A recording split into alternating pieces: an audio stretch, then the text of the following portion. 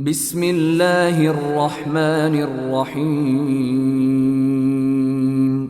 Sebelum kita berbicara tentang bulan Ramadan, maka ada yang menarik tentang bulan Sya'ban. Dalam hadis yang diriwayatkan oleh Imam Al-Bukhari dalam kitab sahihnya, Nabi SAW menjelaskan bahwa bulan Sya'ban syahrun yaghfulu anhun nas.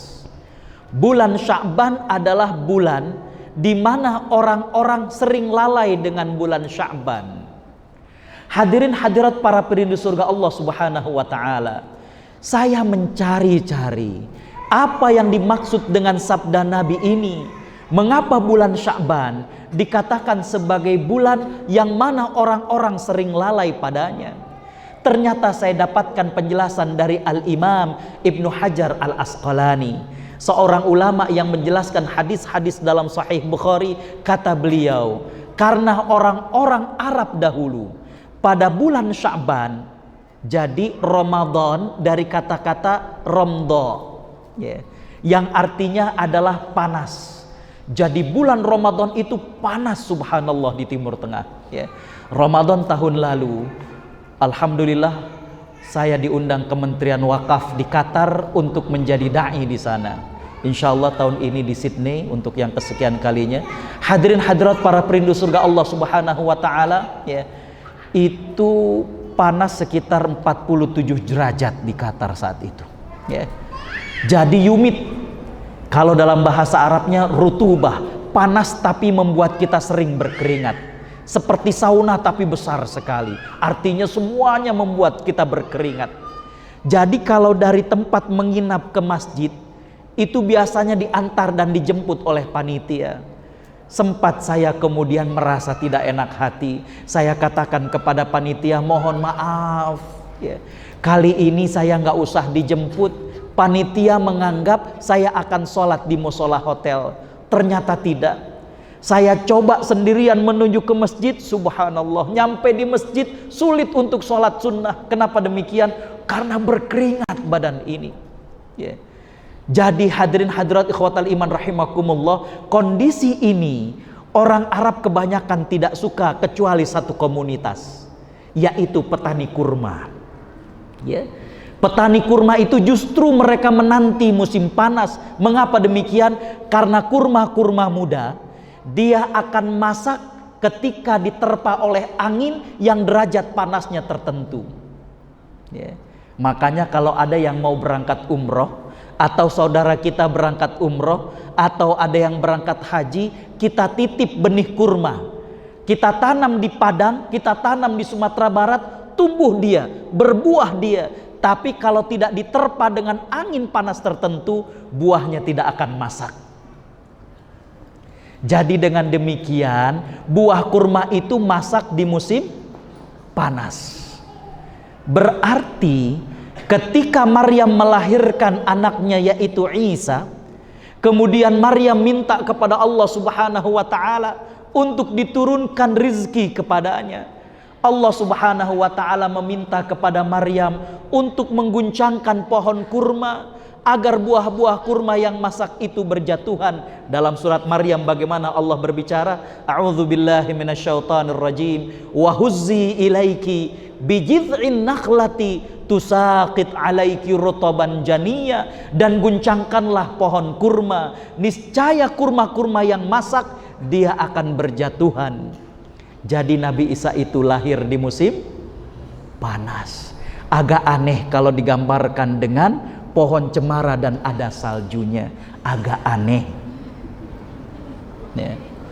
Jadi hadirin hadirat para perindu surga Allah Subhanahu wa taala, jadi bulan Ramadan atau Romdo di masyarakat Arab adalah musim panas.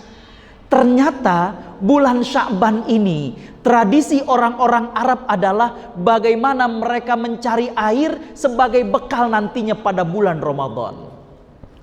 Itulah yang dimaksud oleh Nabi SAW bahwa pada bulan Sya'ban manusia itu sering melalaikannya. Ternyata bulan Sya'ban zaman kita juga demikian. Zaman dulu orang-orang Arab, mereka mencari air untuk persiapan bulan Ramadan. Sekarang juga tidak jauh berbeda. Yang pedagang sibuk mencari stok barang sebelum Ramadan. Jalan ke Tanah Abang, ayo kirim sebelum nanti Ramadan.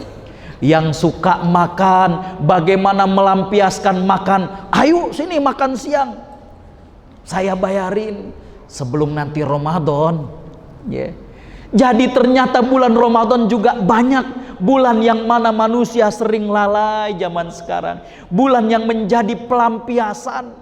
Yang suka marah juga bulan ini dilampiaskan. Kalau bulan Ramadan mah takut nanti pada saat marah, lagi Ramadan. Jadi semuanya ditumpahkan bulan Sya'ban.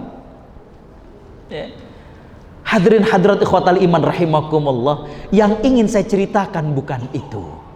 Justru Nabi SAW di bulan yang katanya orang itu sering lalai, Nabi meningkatkan amal ibadahnya. Aisyah radhiyallahu anha menceritakan bahwa Nabi SAW tidak pernah berpuasa yang lebih banyak, tentunya selain bulan Ramadan, melebihi dari puasa beliau di bulan Sya'ban. Begitu juga Nabi SAW memperbanyak zikir. Jadi justru pada bulan di mana orang-orang lalai, Nabi SAW mengajarkan kepada kita untuk memperbanyak ibadah kepada Allah Subhanahu wa Ta'ala. Poin yang ingin saya sampaikan adalah bagaimana keutamaan beribadah kepada Allah Subhanahu wa Ta'ala di saat kebanyakan orang sedang lalai. Itulah poinnya. Kalau ada seorang guru mengajar, di antara murid-muridnya yang satu ngantuk, yang satu bercanda, yang satu ngobrol dengan yang lainnya. Tapi di antara sekian murid ada satu yang menyimak. Kira-kira guru tersebut sayang tidak kepada murid yang menyimak tadi? Tentu sayang. Ketika manusia sedang lalai dari Allah Subhanahu wa Ta'ala, Maha suci Allah dari permisalan tadi. Tapi ketika manusia sedang sibuk, kemudian kita di antara orang yang ingat kepada Allah Subhanahu wa Ta'ala, tentu Allah akan semakin sayang kepada kita. Itulah yang dimaksud bahwa bagaimana keutamaan beribadah ketika orang-orang itu sedang lalai. Lihat bagaimana Nabi SAW menjelaskan ketika sholat malam. Nabi SAW bersabda, afshus salam, wasilul arham, wa at'imut ta'am, wa sallu bil laili wan nasu niyam. Sebarkanlah salam, sambunglah silaturahim, berikanlah makan kepada yang membutuhkan, sholat malamlah sedangkan manusia sedang tertidur. Ketika orang sedang tertidur, sedang dalam keadaan lalai dari Allah Subhanahu wa Ta'ala, maka ketika ada seorang hamba yang kemudian berdoa, sholat kepada Allah Subhanahu wa Ta'ala, tentunya Allah Subhanahu wa Ta'ala akan memberikan pandangan dan perhatian lebih kepadanya. Makanya untuk sholat malam, dalam surat Al-Muzammil Allah Subhanahu wa Ta'ala menjelaskan, hiya asyaddu wat'an wa aqwamu qila. Salat itu merupakan hal yang kuat sekali tekanannya. Hadirin hadirat para perindu surga Allah Subhanahu wa Ta'ala. Jadi dengan demikian saya mengajak kepada diri saya pribadi dan juga kepada kita semuanya, kita berada di bulan Sya'ban. Marilah kemudian kita meningkatkan amal ibadah kita. Di saat orang lalai kemudian kita beribadah kepada Allah Subhanahu wa Ta'ala, tentu Allah akan sayang kepada kita. Yang kedua, bulan Sya'ban, mengapa Nabi SAW justru meningkatkan amal ibadah? Yang kedua adalah untuk persiapan, seperti warming up sebelum nantinya bulan Ramadan. Salat zuhur tadi, salat kita ada salat qobliyahnya. Maka hadirin hadirat para perindu surga Allah Subhanahu wa taala, ibadah di bulan Sya'ban bagaikan persiapan sebelum ibadah di bulan Ramadan. Ya. Agar kita terbiasa. Kalau tidak terbiasa, sesuatu yang baik pun hadirin khotal iman rahimakumullah, itu akan menyebabkan berbagai hal pada diri kita. Ada orang kelihatannya lemes, kemudian kita bilang, "Bang, sepertinya lemas sekali badannya." Iya nih. Apa saran dia? Coba main futsal. Kalau habis main futsal, badan seger rasanya. Dia sudah lama tidak olahraga, tidak pemanasan, lalu kemudian main futsal. Setelah main futsal, apa yang terjadi? Segar yang dia rasa? Tidak, badan pada sakit. Dia SMS, "Bang, akhi, katanya setelah olahraga, setelah main futsal, badan seger, ini pada sakit." Karena dia tidak pemanasan, ya. Dia tidak persiapan sebelum hal itu. Jadi ibadah di bulan Sya'ban selain adalah mendapatkan kemuliaan pada saat orang lalai, kemudian kita beribadah, yang kedua adalah dia persiapan sebelum menuju kepada bulan Ramadan.